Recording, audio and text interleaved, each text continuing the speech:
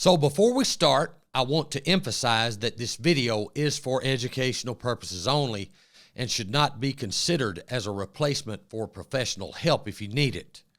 Structural dissociation and the path to healing are complex topics best navigated in the guidance of a trained mental health professional.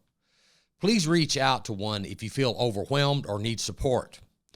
So with that said, have you ever felt like parts of yourself are pulling in different directions, making it hard to feel whole or at peace? This experience can stem from structural dissociation, a response to trauma where different parts of the self, like the apparently normal part, or ANP, which handles everyday life, and emotional parts, or EPs, which hold on to painful memories, don't feel fully connected. One powerful tool to bridge this divide is mindful self-observation. In this video, we'll talk about how this practice can help build awareness and foster integration between these parts. So you might be asking at this point, what exactly is mindful self-observation? In essence, it's the practice of observing your thoughts, emotions, and bodily sensations in a curious, non-judgmental way.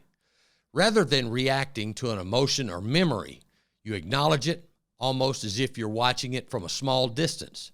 This gentle observational stance allows you to witness what's happening internally without becoming overwhelmed or lost in it.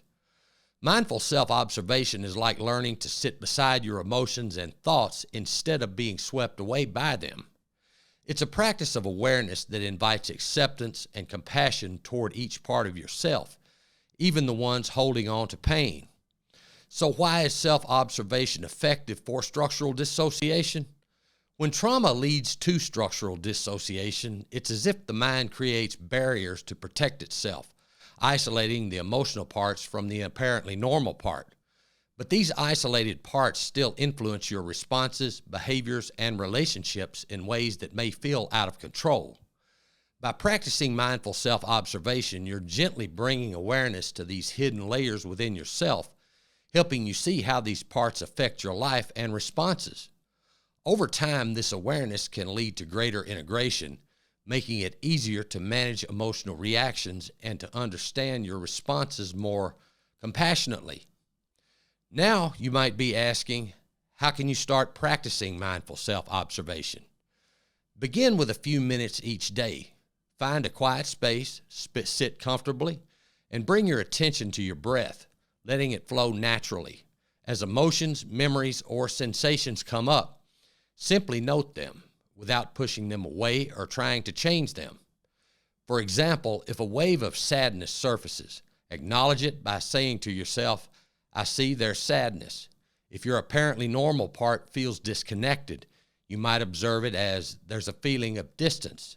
This simple practice creates space for both your apparently normal part and your emotional parts to be seen without judgment. Over time, this gentle acknowledgement fosters trust and connection between these parts. Mindful self-observation is a gradual journey, one that requires patience and self-compassion. By observing rather than reacting, you're building a bridge between the different parts of yourself, helping them to feel heard, understood, and respected.